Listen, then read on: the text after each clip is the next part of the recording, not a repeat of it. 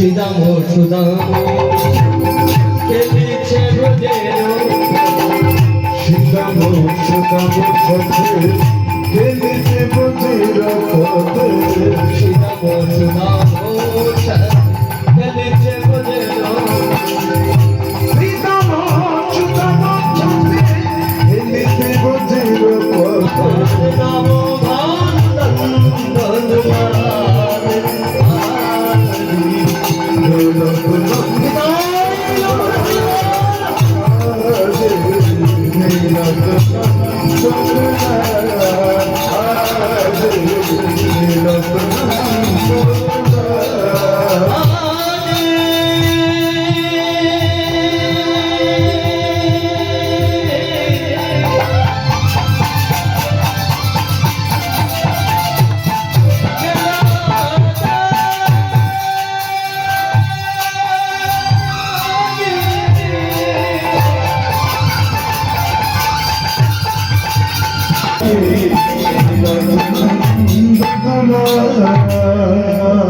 হরে কৃষ্ণ, জয় নিতাই, জয় রাজেশ্বর। আপনাদের সম্মুখে এখন কীর্তন পরিবেশন করছেন সুজয় করে, আমাদের প্রিয় গাও। তার সুজয় করে গান শুনে সন্তুষ্ট হয়ে ঘনশ্যাম পার্টি নিবাসে মন্টু বাকুলি সামান্য 20 টাকা সুজয় গোলেকে পুরস্কার দিলেন। হরে কৃষ্ণ, জয় নিতাই, জয় রাজেশ্বর।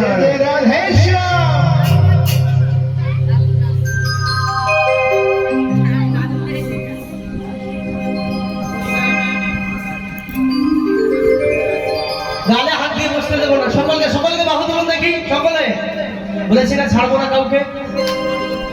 এই যে গুটি গুটি করে যারা চলে যাচ্ছে, এমন অভিশাপ দেব, দেব অভিশাপটা দেবো। যারা চুরি চুরি চলে যাচ্ছে, কিছু হবে না। 1 বছর স্বামীর সাথে বলি বলা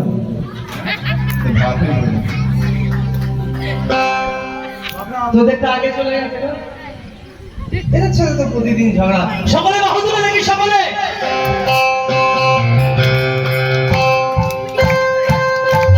এদিকে কিন্তু সকলে ফাঁকি হচ্ছে।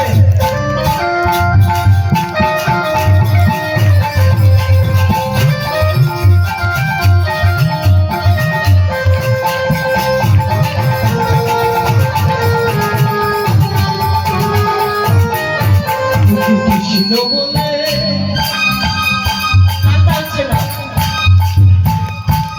দুটি বাহু তুলে চলো চলে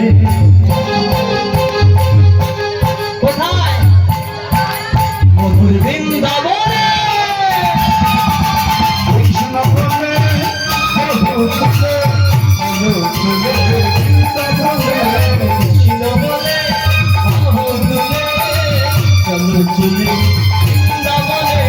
কৃষ্ণ বলে বাহু তুলে চলো চলে বৃন্দাবনে। সকলে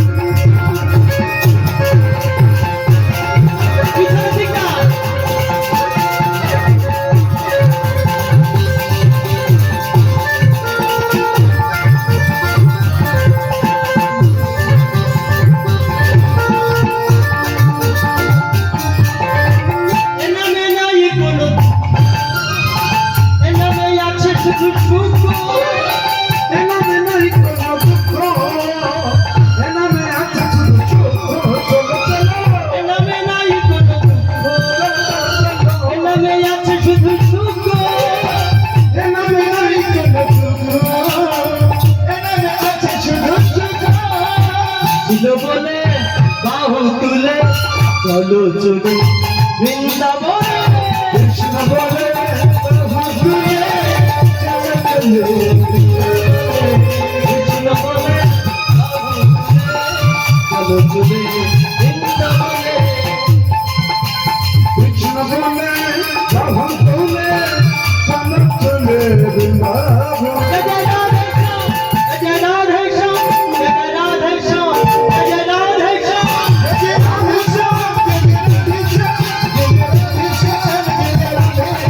হরে কৃষ্ণ হরে কৃষ্ণ কৃষ্ণ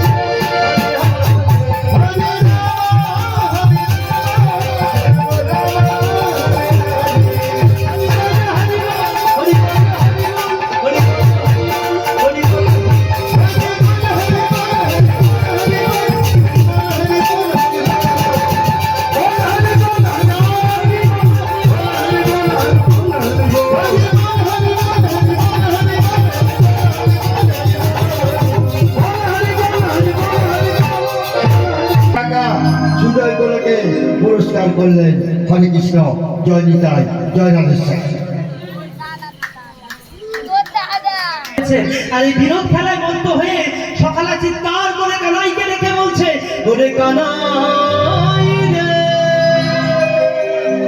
কানাই রে। এ কি হলো রে কানাই? কানাই, আমাদের যে বড় পিপাসা পেয়েছে ভাই, বলতে পারিস কোথায় গেলে আমরা একটু জল পাবো? জল ছাড়া যে প্রাণ বাঁচে না রে ভাই, বড় তৃষ্ণা পেয়েছে। শোন শোন কানাই, এক কাজ কর, তুই এখানে একটু বস, আমরা একটু যমুনা থেকে জল পান করে আসি। বাবা, এই সময়টা বড় খারাপ সময় বাবা, এই মধ্যাহ্নকাল সময়টা বড় খারাপ সময়। কারণ আসলে গোড়াচ্ছে খুব দিবসের যেমন তিনটি কাল, মানব জীবনের ঠিক তেমনি তিনটি কাল। সকাল মানে বাল্যকাল, মাঝখানে যৌবনকাল মানে মধ্যাহ্নকাল, আর শেষে ভবপারে যাবার কাল মানে সন্ধ্যা। আর এই যে মধ্যাহ্নকালটা জীবের সবচাইতে বড় খারাপ। এই সময় জীবের পিপাসাটা একটু বেশি হয়। যারা যৌবনে পড়েছেন আর যারা পার করে চলে গেছেন, সবাইকেই বলছি, এই যে যৌবন কালটা মানে মধ্যাহ্ন কালটা জীবের সবচেয়ে বড় খারাপ। এই সময় কোন জীব যদি পা সমুদ্রে ফেলতে না জানে, তাহলে তার পা পিছলে বেশিক্ষণ সময় লাগে। আর একবার যদি পা পিছলে পড়ে যায়, তাহলে পা ভাঙতে পারে, হাঁটু ভাঙতে পারে, মাজা ভাঙতে পারে, এমনকি প্রাণও বুঝতে পারে। কারণ এই সময় সূর্যদেব থাকেন ঠিক মাথার উপরে, আর জীবের পিপাসাটা একটু বেশি। আজকে সকালে পিপাসা পেয়েছে বটে, আবার সখা বলে না আজকে কৃষ্ণ সঙ্গ ত্যাগ করে যাচ্ছে। কৃষ্ণ সঙ্গ ত্যাগ করে যাচ্ছে কখন? না মধ্যাহ্নকাল। ভগবান শুধু সখাদের বলে দিলেন, ওরে সখা তোরা যাচ্ছিস না, কিন্তু তোরা একটা কথা মাথায় রাখিস, যমুনার ওই স্বচ্ছ জল দেখে তোরা যেন আমাকে ভুলে যাস। এই সখাগণেরা ঘুরতে ঘুরতে ঘুরতে ঘুরতে এমন একটা জায়গায় এসে উপনীত হলেন বাবা, যে জায়গাটার নাম হলো যমুনার একটি দহ, যার নাম হলো কালীয় দহ। এই কালীয় দহটা কেমন দহ জানেন? এই কালীয় দহের বর্ণনা করতে গিয়ে বৈষ্ণব কবি বললেন, যমুনার এক দহে যমুনার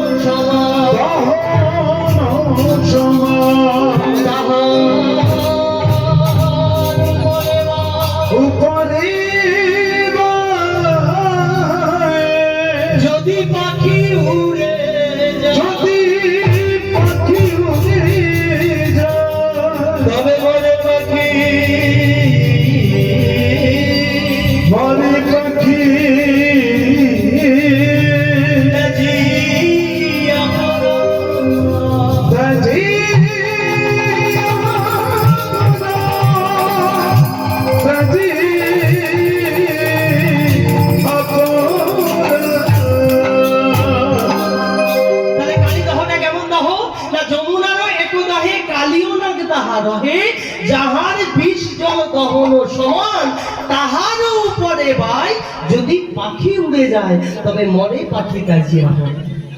কালীদহে এই বিষ জলের এত ক্ষমতা, উপর থেকে যদি কোনো পাখি উড়ে যায়, দহে পড়বার দরকার নেই, উপর থেকে যদি কোনো পাখি উড়ে যায় তবে বিষ জলের বাতাস লেগে পাখিটা প্রাণ ত্যাগ করে দহের জলে পড়ে।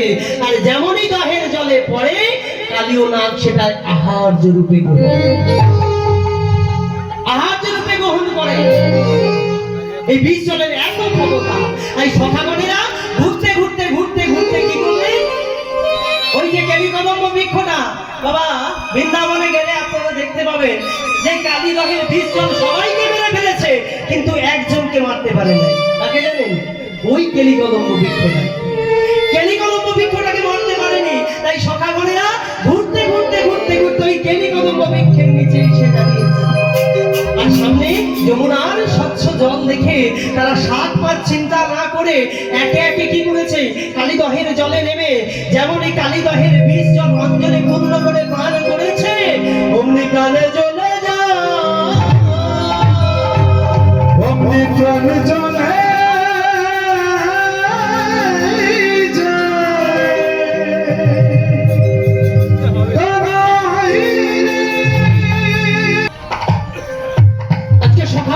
চিৎকার করতে করতে ওই কালীদহের জলে জল পান করে কেউ তীরে কেউ নীরে আছড়ে পড়লেন আর চিৎকার করে কানাইকে ডাকছে, কানা কি হলো, কি হলো আমাদের? আমরা এলাম যমুনার স্বচ্ছ জল পান করে আমাদের এই তৃষ্ণার হৃদয়কে শীতল করবো বলে, কিন্তু ভুল করে আমরা যে কালীদহের বিষ জল পান করে ফেলেছি। আমাদের দেহ থেকে যে প্রাণ বাদ যাচ্ছে, শ্বাস নিতে কষ্ট হচ্ছে।